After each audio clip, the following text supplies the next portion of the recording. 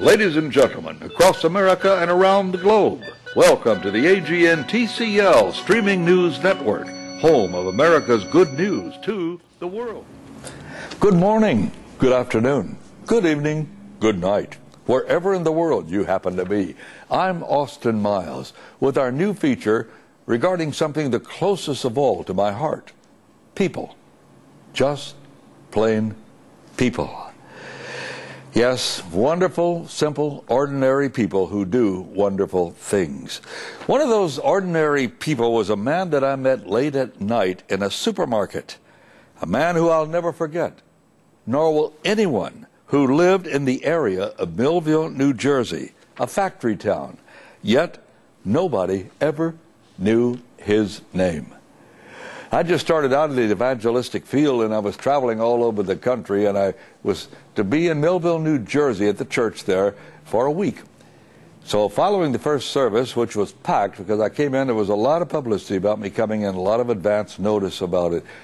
And after the service was over, I went to the evangelist quarters, and it was in the church for me to live in while I was there, and decided to go over to the supermarket to get some supplies that I would need. Now, back in the days, that was before the chain stores and all, so this was like a huge Quonset hut, but it was open practically all hours. So as I went into the supermarket, started to pick out a couple of things, I was very attracted to a man who was bagging groceries up ahead. And as I looked at him, I could see that he had a very pleasant face, and he had a square jaw that would make any German proud. His back was a little bit hunched. He was retired, full head of gray hair, with the sweetest smile I have ever seen. And he just felt good to see. So I got into his line. There were a couple of other lines I could have gone into, but I was able to stand in line. I wanted to have him bag my groceries. When I got there, he looked up at me before he started bagging my groceries, looked me in the eye, and he said, "Hey, how you doing?" I said, "I'm doing well. How about you?" "Doing fine." Then he proceeds to bag up my groceries one at a time. And every so often in the midst of that, he would look up as though he was taking personal pleasure in bagging my groceries for me. And after it was all done, he said, "Good night, and do come back and see us again." I said, "I will." Well, the next night, I really didn't need anything after the service, but I decided I could find something I would need to have just so I could encounter him another time. Now, there was no way he knew anything about me at all. And the fact is, I was just one of a number of people coming through that supermarket. But even though I came in with a lot of publicity, when you get away from that glare, you feel pretty alone out there and pretty vulnerable.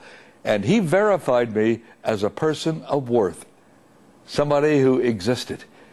And it was just so marvelous to find.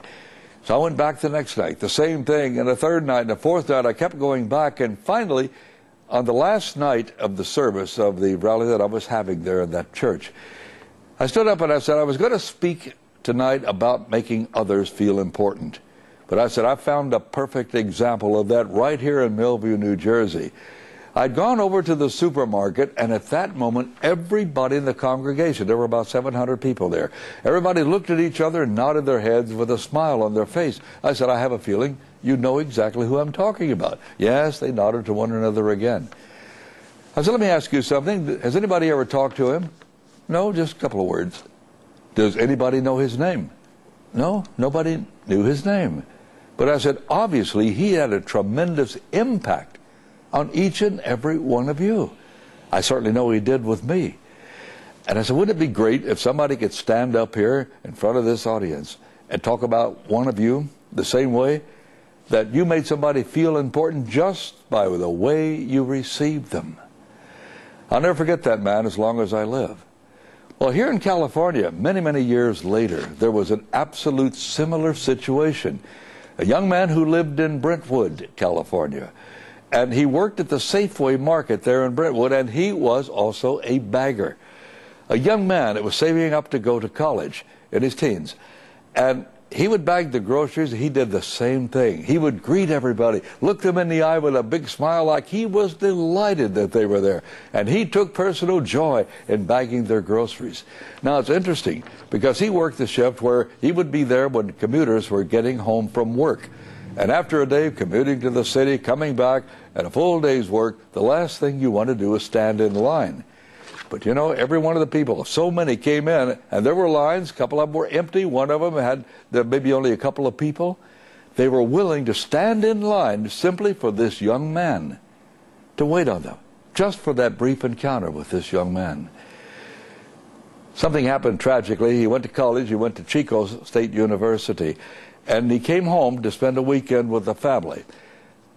And he had an accident in the wee hours of the morning, which is not far from where I live. He fell asleep at the wheel and he hit a pole and was killed instantly.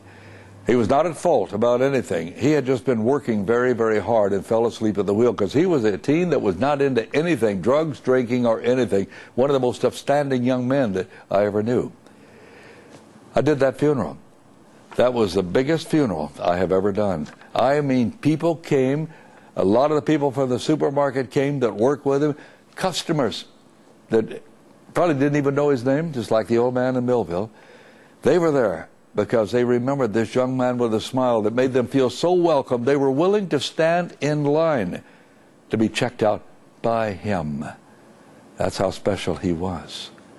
Yeah, people. Just plain people. Really? Maybe not. Because every day I see these ordinary people doing extraordinary things. You know, perhaps we should work a little bit harder at doing this kind of a thing, making others feel better in our presence, in our own lives. Perhaps so. That might be a very good thing to pursue. Our video camera director is Tim Vaughn, our editor, Tim Vaughn Jr., our floor director, Shirley Miles, and our artistic designer and set director is Michelle Tripp. And I'm Austin Miles. God bless you, and may all your prayers be answered. Amen.